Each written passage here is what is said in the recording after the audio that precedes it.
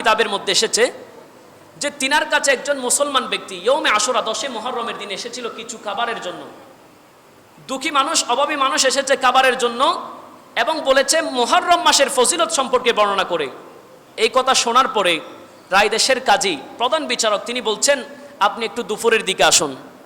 ওই আল্লাহর বান্দা অনাহারের কারণে পেটের খিদা নিবারণ করার জন্য দুপুরবেলা ওই কাজীর নিকট গিয়ে উপস্থিত। কাজী বলে আসরের সময় আসো।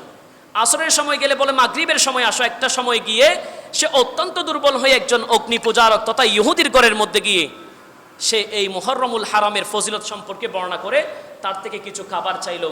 ওই ইহুদির মুহররম মাসের ফজিলতটা এত বেশি পছন্দ হয়ে গিয়েছে, সে বলে তোমার প্রয়োজন কি আমাকে একটু বলো। বলে আমার প্রয়োজন তো সামান্য খাবার। বলে সামান্য খাবার তো আমি তোমাকে দিচ্ছি না, বরং তুমি আমার পক্ষ থেকে 10 বস্তা গম নিয়ে যাও, কিছু মাংস নিয়ে যাও, বিভিন্ন সরঞ্জামগুলো নিয়ে যাও। শুধু আজকে এই বছর নয়, তুমি প্রত্যেকটা বছর মুহররমের 10 তারিখ আসলে আমার ঘর থেকে এই ধরনের তোহফাগুলো তুমি নিয়ে যাবে, এগুলো আমি তোমার জন্য বরাদ্দ করে রেখেছি।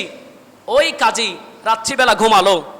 ঘুমের মধ্যে সে স্বপ্নে দেখছে জান্নাতের মধ্যে বিশাল বিশাল 2টি জান্নাতি মহল দেখা যাচ্ছে তার সামনে, এবং বলা হচ্ছে এই মহলগুলা ওই শ্রেণীর ব্যক্তিদের জন্য যারা আল্লাহর ওই শ্রেণীর বান্দাদেরকে সাহায্য করেছে, যারা ক্ষুধার্ততার কারণে, যারা অনাহারের কারণে, দুঃখের কারণে মানুষের সামনে গিয়ে হাত টেনে দিয়েছিল।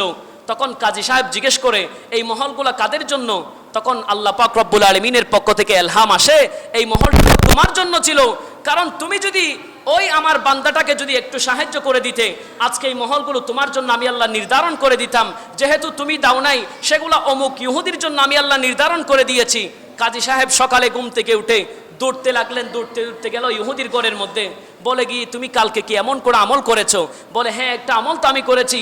বলে যে আমলটা তুমি করেছো সেখানে তোমার অতিজুর খরচ হয়েছে 500 দিরহাম, আমি তোমাকে 1 লক্ষ দিরহাম দিব, সেই সওয়াবগুলো আমার কাছে বিক্রি করে দাও। ওই ইহুদি বলে আমি দুনিয়ার সমস্ত মাল সম্পদ যদি আমাকে দেওয়া হয় তবুও আমি এই সওয়াবটা বিক্রি করব না। আর বরং তুমি শুনে রাখো, তুমি যেই স্বপ্ন দেখেছো জান্নাতের মহল, সেই স্বপ্ন আমিও দেখেছি। আরেকটা কথা তুমি শুনে রাখো, আশহাদু আন লা ইলাহা ইল্লাল্লাহ ওয়া আশহাদু আন্না মুহাম্মাদান রাসূলুল্লাহ। আমি ইহুদি হয়ে ওই ব্যক্তিকে দান করেছিলাম, আল্লাহ যেহেতু আমার ঠিকানাকে জান্নাত বানিয়েছে, আমি এখন কালিমা পড়ে মুসলমান হয়ে গেলাম। সুবহানাল্লাহ। তো ইহুদি যদি দান করে ঈমান নসিব হয়ে যায়, কোন মুসলমান যদি দান করে, আল্লাহ তার আমলনামার মধ্যে কি দিতে পারে?